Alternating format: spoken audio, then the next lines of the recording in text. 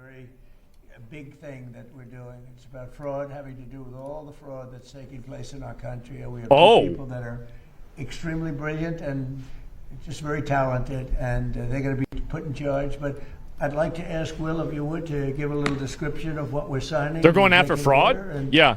Then I'll ask JD to speak. Finally. Yes, sir. As you stated in your State of the Union address, in light of widespread revelations of fraud in federally funded programs in states like Minnesota and California, this executive order in front of you will establish a new task force aimed at rooting out that fraud, returning potentially billions or tens of billions or even hundreds of billions of dollars to the American taxpayer. Okay. This task force will be chaired by the Vice President. The Vice Chairman will be the head of the FTC, Andrew Ferguson, who's with us here as well today. But this is going to launch a whole-of-government approach to rooting out the very serious problem of fraud in federally funded programs around the country. Great. Did Vance lose weight? I feel like you lost weight. And seeing it pretty big in Minnesota, $19 Maybe I've just seen him in memes too much. But that's only for one little aspect of the fraud. It's $19 billion, and California, as they say, is 10 times worse, and other states probably more than that. This is not a Republican-Democrat thing. This is wherever it's taking place. Yeah, of course. It seems that it's usually in blue states.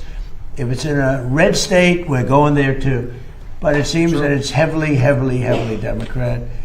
And what they've done is so sad. When you look at the Minnesota scam, a lot of it has to do with Somalia. Nobody's calling out anybody, but a lot of it has to do, but it's Somalia and plenty of others. And I believe the governor is complicit. I believe Ilhan Omar is complicit. I believe that your Attorney General is complicit. And if they are, you're going to hopefully find out about it, and you're going to have to do what you have to do. If we found half of the fraud that's taking place in this country, and I think you have a chance of doing that, we would have much more than a balanced budget. That's the kind of numbers you're talking about. The theft is incredible. And I think JD will make, and Andrew will make a charge later on that local states should handle nursing homes and all of these things that the federal government shouldn't be involved in. It's too big. The federal government should handle military and a couple of other things. But when it comes to nursing homes, you saw where a young gentleman was going around and knocking on doors, and none of the nursing homes existed, none of the nurseries existed. The money that's being paid out, and the federal government pays for it. When you see all these people coming in illegally into our country, many criminals, many drug dealers, murderers, 11,888 murders, and you look at California, and more come in. Nick, I know he does. Money, and yet they pay him. You know why they pay him? Because the federal government is charged with paying. We're not paying them anymore, and I said that. Young gentleman. So these two really smart guys are going to be. I think it's going to. Hopefully, it's going to be JD's. This will not be like a Kamala, where she was put in charge of the border, and she never went there, JD, right? You promise? I promise, sir. Remember, Kamala was put in charge. She was the border czar. She never went to the border. She never called any of the great Border Patrol. The Border Patrol testified. We never spoke to her in 4 years. And that was a disaster. I like how it just says Kamala. People start laughing. I think maybe before JD, I'll ask Stephen Miller to say a few words. Please. Thank you, Mr. President. Well, under President Trump's leadership, as we've seen, the illegal flow across the southern border was stopped completely. But what we found since President Trump came into office is that the Democrats have set up a system to funnel hundreds of billions and ultimately trillions of dollars to migrants that are in our country, oftentimes from places like Somalia. So as an example, ICE recently asked a group of illegal immigrants that were in detention whether or not they were receiving Medicaid. Half of them raised their hands and volunteered that they were on Medicaid. Just volunteered that. These aren't the ones who are hiding it, right? They also asked illegal aliens how they paid their medical bills, and they said that if they don't have Medicaid, they go to hospitals, they get free care there, and they bill it to the taxpayers. So they aren't paying for any of their own health care in this country. This is one example. And we've seen this over and over and over again. So under President Trump's leadership, and then of course with JD and the head of the FTC, Andrew Ferguson, we're going to see the first ever effort in American history to reclaim the ultimately trillions of dollars that were stolen from taxpayers, I believe, and I know President Trump believes, that when this theft is exposed, we will see that if all of it were stopped, it would be enough to balance the budget. The extraction of wealth from American taxpayers to people who don't belong here is the primary cause of the national debt, and this is the first ever effort to shut that down. Thank you, Mr. President. First ever. And everyone knows they've been cheating for years. It's the first ever. There he is, right there. And it's got to be stopped. Holy shit. Finally saying it? Think of it, Somalia is a third world, maybe a fourth world nation. One of the worst, one of the most dangerous. They don't have anything. Did he call it a fourth world? Councils, they don't have government, they don't have police. They shoot each other all over the place. They come here and they steal $19 billion. It's crazy.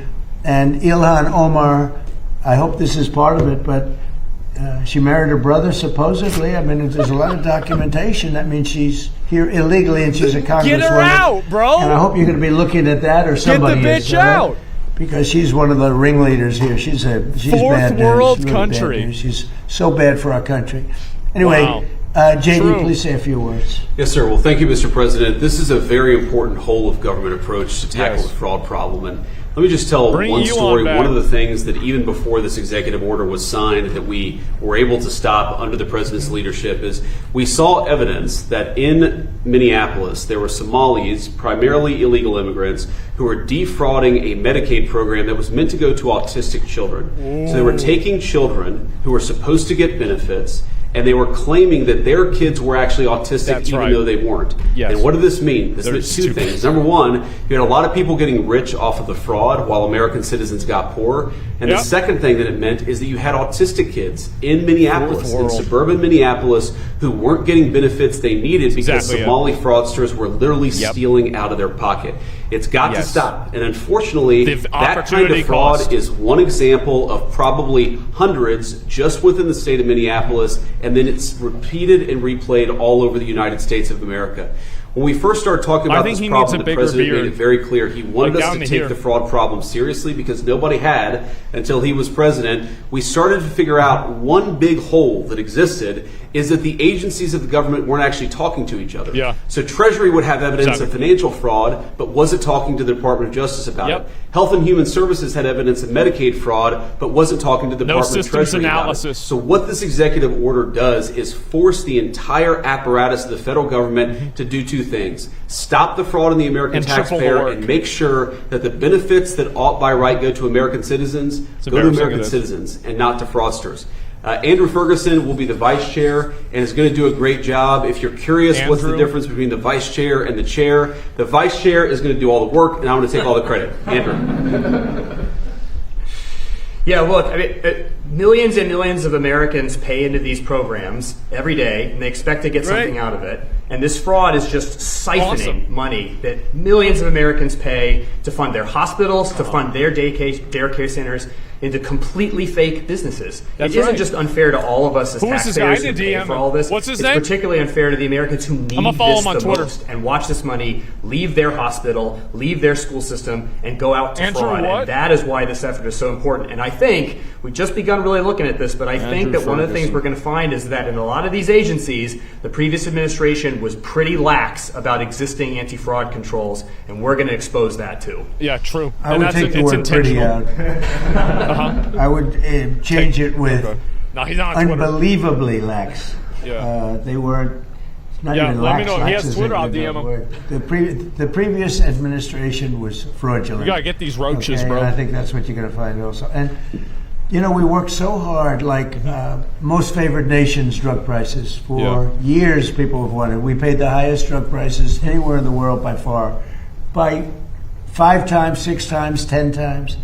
More than London would be paying in New York. That's more so than any city in Europe was paying than our cities. We would have a pill that would sell for $10 in Munich.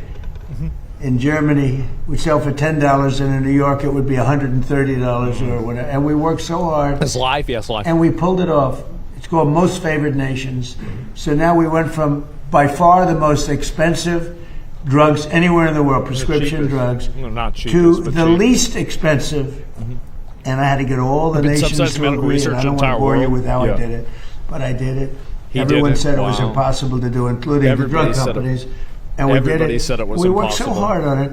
But he did and we're going to save so much money for the people. Your drug prices are going to be dropping at levels never even by 50, 60, 70, 80% in some cases. What a shitty tie. You work so hard, and then you see them stealing $19 billion. It's like in one pocket, out the other. I don't like it.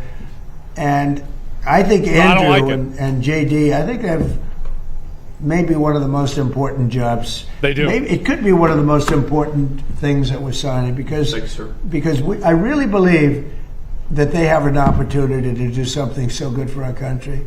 People talk about balancing budgets. You can't balance a budget when people are stealing $19 billion and nobody's ever heard of anything like it. Yeah. We had, I guess, in the same state, you went autism where 4 or 5 years ago, they spent $1 million, and now it's like almost $400 million in just a few years. Well, damn, those kids is retarded. Didn't go up like that, and even the $1 million was probably a fraud. But it went from $1 million to almost $400 million in just a few years. These are crooked people. They basically said everybody in the state had autism. These are crooked, horrible people. And I was elected with JD, Make America Great Again. I've heard of that. And we can't have this stuff happening. Right. We have to be respected. And they left. So I'm going to sign this. We'll take some questions, but let me sign this first before I don't forget. Let's see. Before I decide not to, okay? Yes, sir. I don't forget not to, but maybe I'll decide not to. I would decide not to. If I didn't think they could do the job, I would decide not to. But that'll be a terrible thing. I think you're going to find numbers. That right? I think you're going to find never numbers forget. that are far higher than you even think. And Andrew came to us. He said, "Sir, he's read the stories about Minnesota. We know California saw it on Twitter. Many times worse, but Minnesota's terrible. They're all terrible. Beautiful. Those cities are terrible. New York is terrible. Starting to show his age. He is almost 80. What's going on in Chicago, Illinois, with that slob of a governor is terrible. And the kind of money we're talking Fatty? about I remember Fatty. is just country changing. It's country changing money. It's having a deficit to having a really profitable country where you can lower your taxes substantially. That's his name, just Fatty. And I think everybody knows who it is. To do. And I think you two guys are the right guys. If you guys can't do it, we've got a problem. Well, they let me. I can do it. I'll do it. Be easy. So I'll sign, and then we'll take some nice questions from our wonderful media. I love how that's a joke.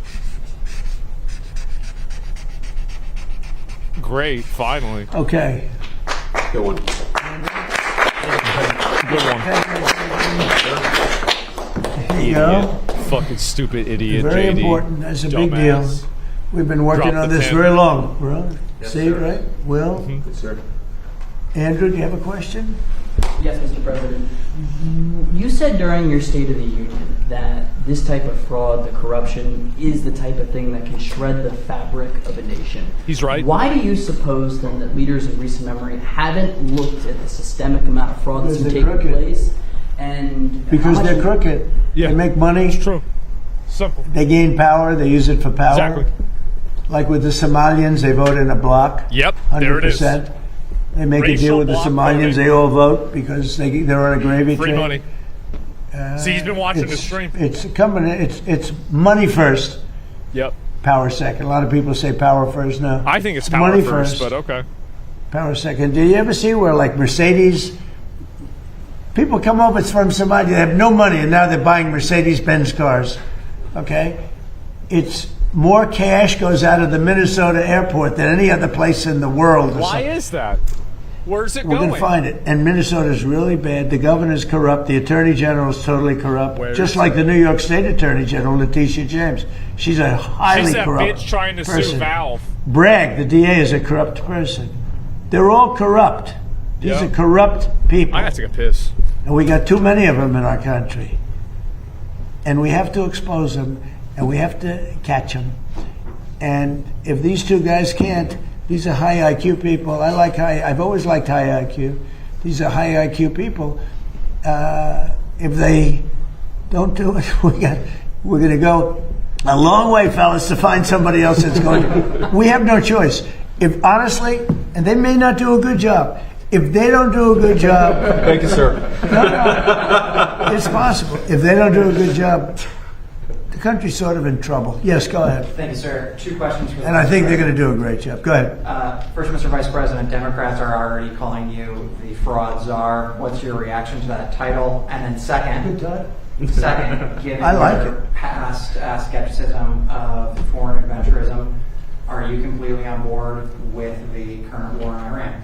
So I like fraud czar. It's certainly what we're going to do. And look, we have to do it. As the president said, this is a problem that has festered in this country for far too long, and far too few people have actually wanted to do anything about it.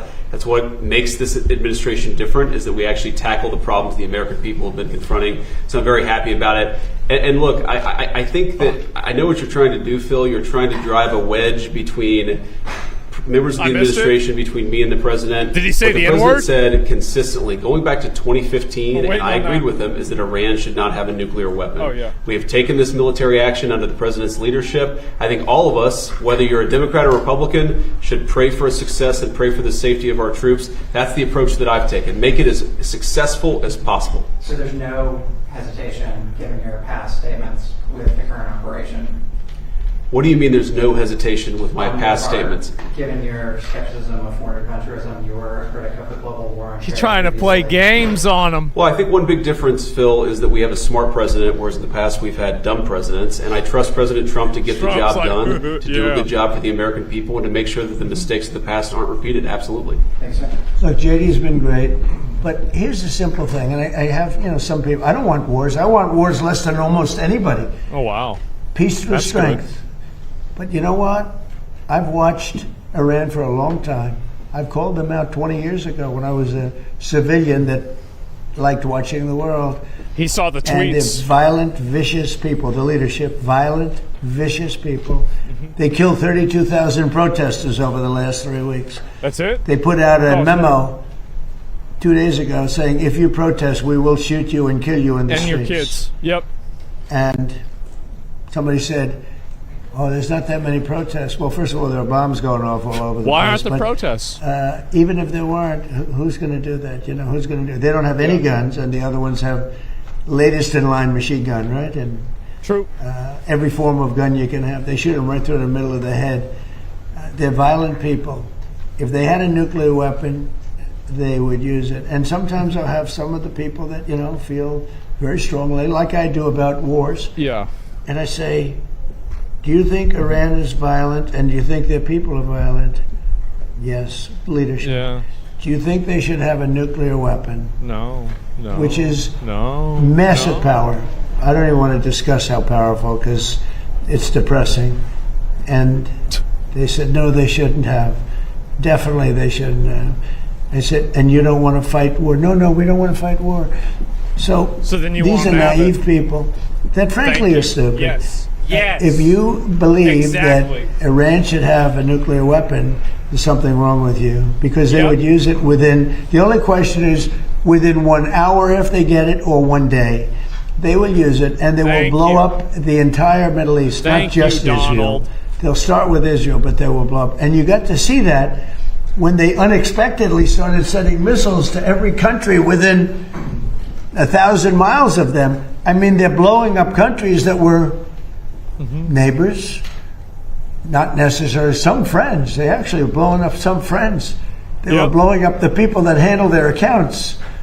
Big mistake. They're sending thousands of missiles into countries that didn't expect to be in the war. Yep. Because they wanted to take over the Middle East. And if I didn't terminate Barack Hussein Obama's horrible Iran nuclear deal, which I did in my first term, one of the dumbest deals, perhaps the dumbest deal, because of the danger involved. You would have had them have a nuclear weapon 3 years ago, maybe 4 years ago. They would have used it, blown up the Middle East, and they would have then come after us. And if these gorgeous B-2 bombers, give me that bomber, Andrews. Let me just hug that little sucker. Give me that bomber over there. Thank you. You knew immediately which one. This looks small, but in person it's very big. Because it's the only plane capable of carrying a 200,000-pound bomb. So I don't know how they do it. because it's very sleek and nice, but it carries a lot of weapons and there's a lot of bombs. But had I not sent this incredible machine times numerous others to buy one, hit Iran at midnight with no moon, dead dark, every single bomb was dropped right down the chute that it was supposed to hit. How they do it, who knows? Nobody else can figure. No other country can do it. No other country has our military or even close. And I think we've probably proven that with Venezuela and now with because we have done a number on Iran. But if I didn't do that, if I didn't decimate, I call it their nuclear dust, they would have had a nuclear weapon within 1 month after that bombing took place. It's pretty bad. And they would have used it on first Israel and then the Middle East. And you know that because all of those missiles that were launched against their neighbors were set long ago, long before they knew they would be using them this quickly. Had we not done this, you would have had a nuclear war that would have evolved into World War III. And more important, this is a war that there would have been nothing left. So we've done a great thing. The people that say it's okay for a very sick ideology, a very sick country in terms of its leadership, very good people, great people. But the people that say that, I think they're actually, they're either retarded, evil or they're stupid. Say retarded. So if you believe that Iran should not have a nuclear weapon, they should not have it, then you have to absolutely love what I've done, because in 2 weeks we have decimated them. They have no Navy. They have no Air Force. They have no anti-aircraft weapons. They have no leadership. The leadership is gone. But then they set up a new leadership to go and name a new leader, and that leadership is gone. And now they think almost said he's dead. Maybe the sun is gone. They're all gone. My biggest problem is I have no idea who we're talking to, because nobody ever heard of any of these people. They're all dead. But we did a job for the world, not a job for us, for the whole world. We took the worst country in 50 years and maybe longer from the ideological standpoint, a country that wanted to blow up the world, a country that is sick, and it has a religious fervor. And when you add religion, you know, people don't realize more people died in religious wars than every other war put together. And that's what you would have had here. And it was a terrible Donald thing. With the fedora I'm very proud of what we did. And I think JD understands better than most. If you give Iran a nuclear weapon, at least a very substantial part of the world would be blown up. And it'll be used almost immediately. Yes. Thank you, Mr. President. You don't mind if I keep this here, do you? Isn't that a beautiful thing? You know, I used to look at it, and I said, it's a piece of art, but how can it be effective? It's so stealth. Think of it, Peter. 1 a.m, it flies in, and they say, sir, they're in Iranian airspace. And I say, oh, and I'm watching it from the Situation Room with a couple of other very smart people, including some good generals, real generals, not television generals. And all of a sudden you see that dive, they start diving, and you see him, 30,000, 20,000. Boy, I said, that was a lot. They went down fast to aim it. And they know they're coming, and they're smart, and they never saw them. And they're firing a little bit, but they don't know what they're firing at because they can't see a thing. And then you hear the biggest explosions that anybody's ever heard. Those are the biggest bombs. Outside of nuclear, those are the biggest bombs. And you say, what technology we have. What a great country. What technology. I built it, largely, I built it during my first term. I built it. I did not have to use it this much in my second term. But we had an incompetent president. We had an incompetent administration. And if that group of people, in any form, whether it's Kamala, him, it doesn't matter, would have had another 4 years, we would have had no country left. Yeah, please. Thank you, Mr. President. You say you're doing a job for the rest of the world. In your conversations with your counterparts, are they thanking you? What are their conversations like when you talk about this? They should be. Should be saying thank you. Well, they should be thanking me. Yeah, many that's of them what I get said. 90%. China, as an example, should be thanking us, but I don't expect to thank you. But they should be thanking us. Japan gets 95%, China 91%. Many of the countries, South Korea gets a tremendous percentage of their oil and therefore their energy from the Straits, or as they call it, the Strait. And they should be not only thanking us, they should be helping us. What does surprise me is that they're not eager to help. There are a couple. We'll be announcing some names soon. There are some that really were right up front. I would announce their name now, other than maybe they'd prefer it not being announced for whatever reason. I will say this: it's a lot easier to get people today than it was 2 weeks ago. 2 weeks ago, before we destroyed before we obliterated the country, before we took out, because they're down to about 8% of their missiles. They're down to a small portion of their drones. Is that thing? Demolished many of their factories where they make the missiles and the drones, and the rest are all following. Our military has been amazing. We hit Carg Island, took out every single thing on Carg Island except one thing. We left the pipes, because if we take out the pipes, it takes a long time to build them. And at some point, something's going to happen that's positive with respect to those pipes. We'll see. But there are some countries that greatly disappointed me. And I'm the one that got them to pay from 2% to 5% of GDP, NATO. And I get along great with those countries in NATO, but I always said, the problem with NATO is we'll always be there for them, but they'll never be there for us. And when I hear the UK, which was sort of considered the Rolls-Royce of allies, right? When you say they were the oldest, and they were going to be there. And I say it would be really helpful if you'd send over a couple of ships, and if you have some minesweepers, which they do, be very helpful. And the Prime Minister is a nice man. I think he's a very nice guy. He says, well, I'd like to ask my team. I said, you don't have to worry about a team. You don't have a team. You're the Prime Minister. You can make a decision. Well, I have to speak to my people. I said, you don't have to speak to anybody. Just tell me. So it was very disappointing. And then after we obliterated them and destroyed their military, the whole thing, they need to capture Starmer, a much safer zone. Like Maduro, He said, we're going to send over 2 aircraft carriers. I said, I don't want them anymore. I don't want them after we win. I want them before we start. I don't need your aircraft carriers after we've already won. So, those things are very disappointing. And you have to remember, we have 45,000 troops in Japan. We have 45,000 troops in South Korea. We have 45,000, 50,000 troops in Germany. We defend all these countries. And then, do you have any minesweepers? And they say, well, would it be possible for us not to get involved?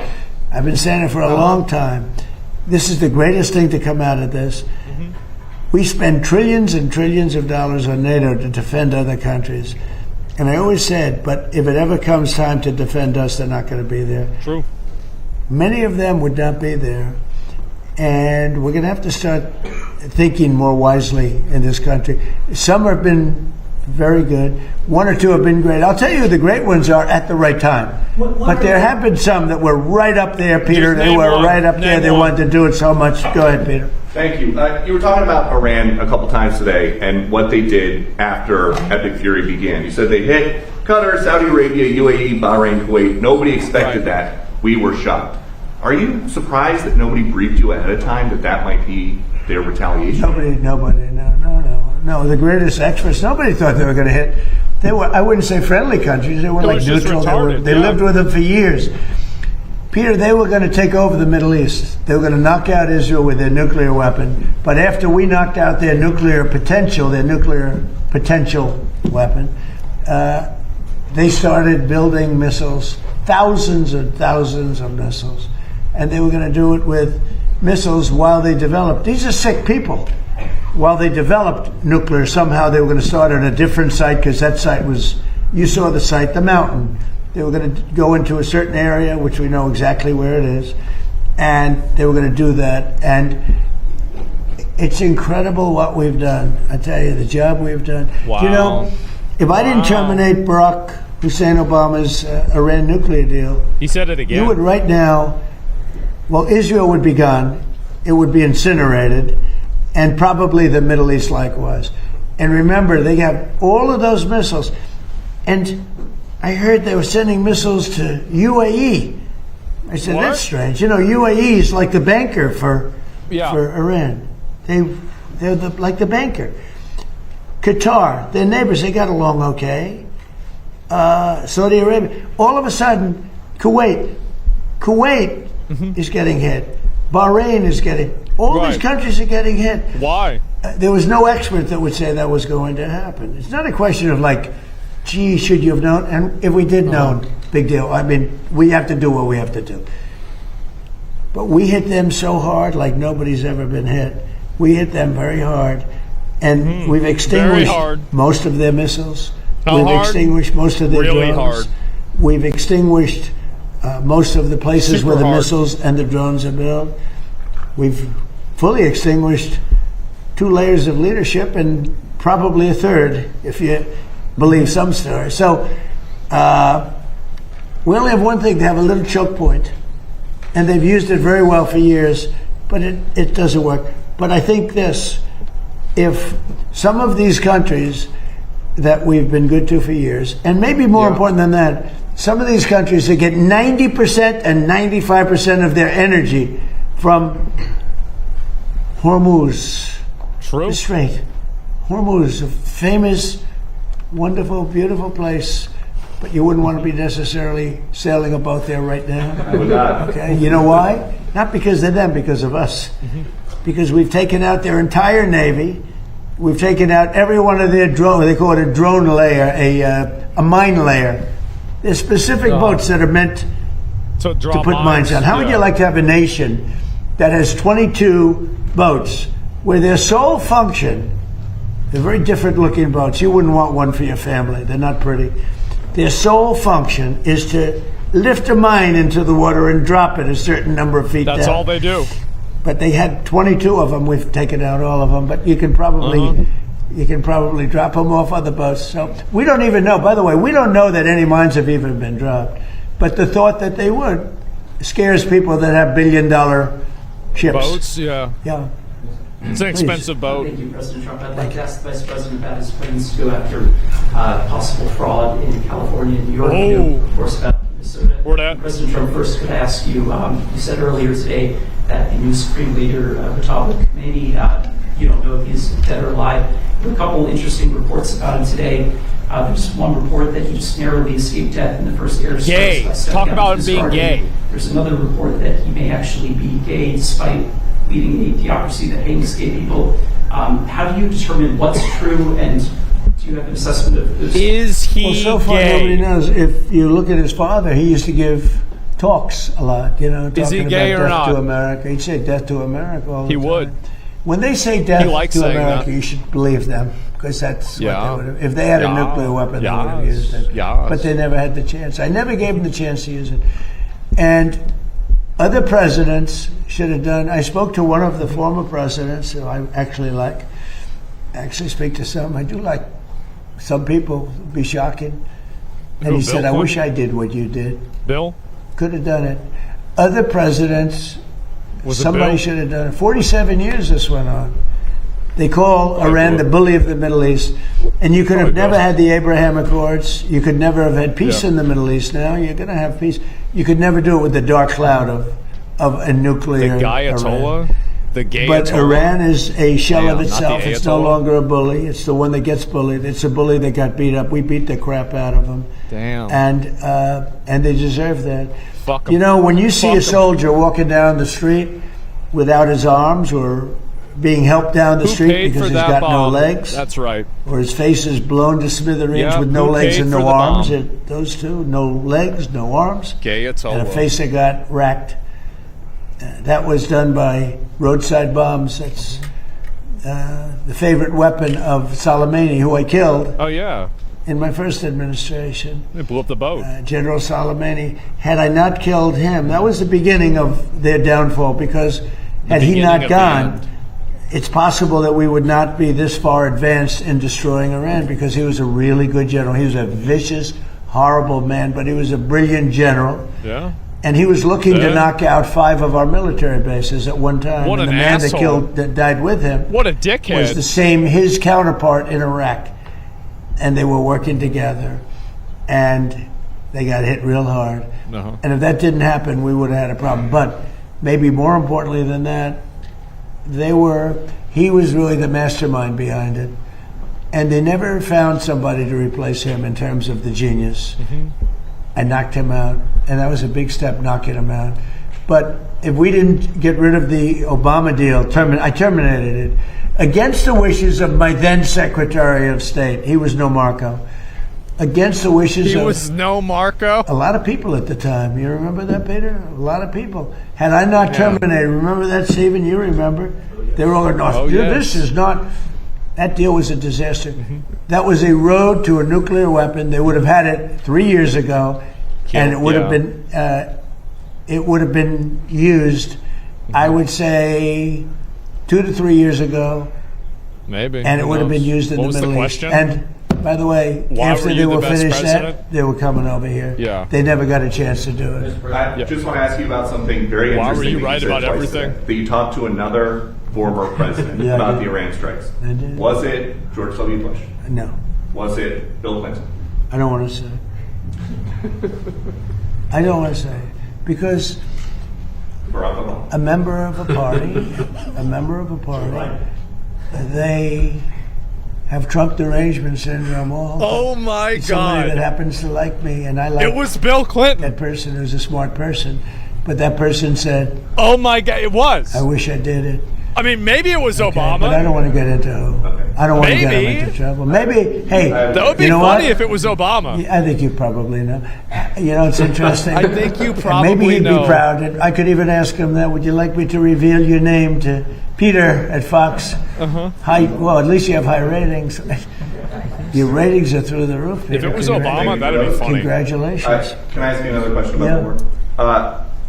If Iran, as you say, totally obliterated, got the missiles, got the first 2 rounds of leadership, Air Force gone, Navy gone, can we wrap this war up this week? This week? Yeah, sure. Will we? Wait, he just says, sure, we can wrap the war up this week. And we're going to have a much safer world when it's just out of nowhere. Up. It'll be wrapped up soon. Sure. We're going to have a much safer world. I had an obligation to do this. I didn't want to... I call it an excursion. I didn't want to make this journey. We had the highest stock market in history. We had low gas prices. Everything was good. Yeah, I mean, get it done before Crimson Desert. Yeah, true. Going to do it, and people are going to raise the price of oil. I think it was Obama. But I know that. But that's a very small thing. Obama knew a lot about bombing. Them to have. You want to see the stock market go down? Start letting them hit you with nukes. Yeah. Okay. I think I said it this morning. I think it's a very small price to pay. And frankly, I thought it was going to go down much more, if you want to know the truth. I assumed that it was going to go down much more, only because people don't understand to a large, it's a big chess game at a very high level. It's a very high level chess, the highest. And I'm dealing with very smart players. These are smart people. They don't get there. You know, when you deal with some of these people, you're dealing with high level intellect, very high IQ people. These are not Jasmine Crockett and her group. These are smart people. These are really smart people, and violent people, and vicious people, and some very nice people. And some are very nice but violent. They turn violent. But you know what? If I didn't do what I did, we would have been hit. Number one, very important, was the termination of Obama's horrible deal, and number two, this beautiful plane hitting them 8 months ago, whatever it was, and taking out their nuclear capacity. That totally threw them for a loop. If they had that bomb at either time, 5 years ago or 7 months ago, if they had that bomb would have been used almost immediately. Mr. President, 2 questions on domestic policy, bringing it close to home. First of all, the Save America Act, what are you expecting this week when this vote takes place in the U.S. Senate? Will the Vice President's vote be necessary? I think it's imperative that it gets done. I'm not sure it is. You know, the Democrats have horrible policy. It's just incredible. But they stick together. It's the one thing they do. They do. Their Supreme Court members stick together. Those appointed by a Democrat stick together. If Barack Hussein Obama appoints a member of the Supreme Court, that member never goes against him. And they're proud about it. They say, I don't give a damn if it's good or bad. That man appointed me, and I'm never going to let him down. I don't say that's right, wrong. I just say they stick together. Republicans go the opposite way. If Donald Trump appointed me, I'm going to show the world that I can be totally just and I can be independent of Donald Trump. He's making fun He's of not controlling me. Yeah. And I don't want to control them. I just want to have smart decisions. They gave us a decision on tariffs the other day that won't change tariffs. We got I can Clarence do it a different Thomas. way. I was knew I could do it a different way. This was a little quicker, a little Just easier. need 8 more of him. But they gave it a decision that could cost this country $500 billion to pay people back. Because now I have to start the tariffs all over again. Very simple. Base, and what happens with the money I've already collected? Yeah. Why didn't they say, starting from now, go the other way? $500 billion, perhaps. It's so sad. But one thing about the Democrats, they stick together. They're like coordinated. They impeached me twice for absolutely no reason, unanimously. Fortunately, the Republicans stuck together, and it was something. It was pretty wild. But the Democrats have horrible policy: transgender for everybody, open borders, men playing in women's sports. Not a good one. But the one thing they do have is they stick together, no matter how bad the policy. It's embarrassing to watch them try to defend it. And in a way, I say, as a Republican, in a way, I say, thank goodness they have bad policy, because you'd never beat them. It's easy to run against them. We have something in there now, the Save America Act. Voter ID with a picture, right? That's a 99% issue. Who the fuck Even among doesn't want Democrats, that? you know, Democrats Who the call it fuck 89%. doesn't want that? And then they have proof of citizenship. And then they have no mail-in ballots. No mail-in ballots. We have no mail-in. You go to California, they send out like 38 million ballots. Yeah. Some Democrats get 7, 8 ballots. Republicans are a lot of times calling in, where's my ballot? Where's my ballot? They're lucky to get one. Jimmy Carter, probably the greatest thing he ever did. I thought he was a nice man, not a great president, to put it mildly. Yeah, How did his attack retard, work out in Iran? Not too good. I think ours is slightly better, wouldn't you say? But Jimmy Carter, the one thing he did after he left with Scoop Jackson and some others, they formed a very elite council. Get rid of mail-in votes. Committee that came out and said very strongly, no mail-in ballots, because who the hell does not we're have the ID? only country in the world that has mail-in ballots like black we do. people. The only country in the whole world. Black people can't get tried IDs. it. France tried it and they went away. They don't know where the DMV is. They're now doing paper ballots, watermark paper, which can't or if they can't afford computers. When you look at what happens with this country, we really have to fix it. That'll be very popular. The other thing we put in there, just as best of, I call it the best of Trump. We have the three things I just said. The best of Trump. Right? But then I added on no men playing in women's sports. And I added in no transgender surgery, the mutilation of our children. Who would do this? We have no mutilation of our children. Who would do this? No transgender. I think they say that's an 80% issue. I think they're 99% issues, but whether they're 80% or 99%. The problem is we have a couple of Republicans. They shouldn't be allowed. They shouldn't be allowed to, and they're willing to vote against anything. And we have all the Democrats who vote against it. So I think it hurts the Democrats to vote against it, because I'm going to instruct all the Republicans to say that what was the question? So-and-so that they're running against voted against the saving of our children from transgender mutilation, right? That's pretty unpopular. Question? They want men and women's sports. That's pretty Who unpopular. the hell knows? They want voter ID, but the Democrats don't. The SAVE Act, Everybody that's right. wants voter ID. Everybody wants proof of citizenship. Is this the SAVE Act and right most here? people don't want mail-in voting because they know it's a fraud. touches too many hands. I mean, the postman gets it, this one gets it, that one. Yeah. So these are all issues that are in the 90s to 100. I would say some are virtually 100%. And the interesting thing is they're that way not only with the Republic. I'm not talking about leadership. I'm talking about they're that way also, most importantly, with the people. The people of our country want voter ID. The people of our country want proof of citizenship. And that includes 88%, 89% of Democrats. And I think the Republicans, Eric Schmidt, Rick Scott, Tim Scott, I speak to so many of them, they all want it. I hope John Thune can get it across the line. He's trying. I mean, he told me this morning, I spoke to him, he's trying. I think it'll be a very, very bad thing for our country if they don't. We're just asking for basic things. Think of it. You can't have voter ID. Do you know in California, if you ask a person to show their identification, they have the right to put you in jail. If you're an official and you say, may I please see your identification, you're subject to going to jail. That's how crazy it's gotten. With a low IQ person, you know, because Gavin Newsom has admitted that he has learning disabilities.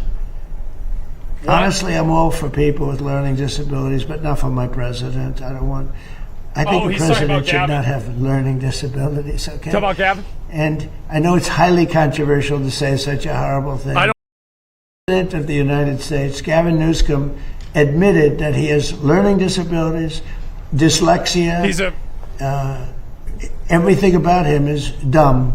But then he looked at the audience and said, but I'm smarter than you, or something like that. That was pretty stupid. Oh, so now on top of everything else, I call him a racist because it happened to be a black audience.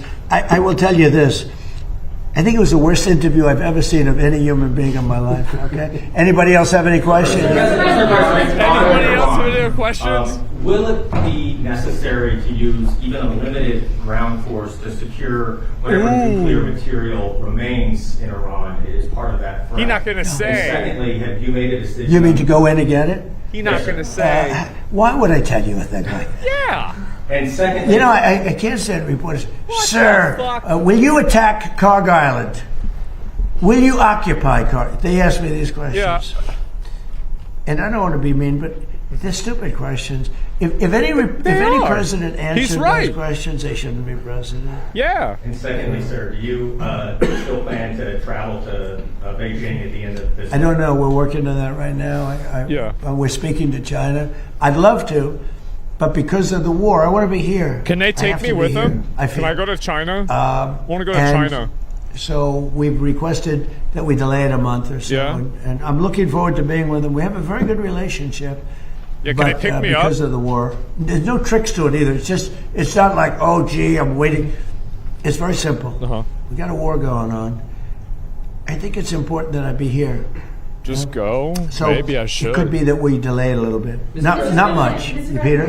When you say Cuba is next, is Cuba, whatever you do with the military there, it seems like something, will that look more like Iran or Venezuela? Probably Venezuela. I can tell you that they're talking to us. It's a failed nation. I can't tell you that. They have no money. They have no oil. They have no Their nothing. power, like their shit's nice out. Land. Yeah. They have nice landscape, you know. It's a beautiful island. I think they have great people. You know, I know so many people from Cuba that were treated terribly, and they're over here and they became rich.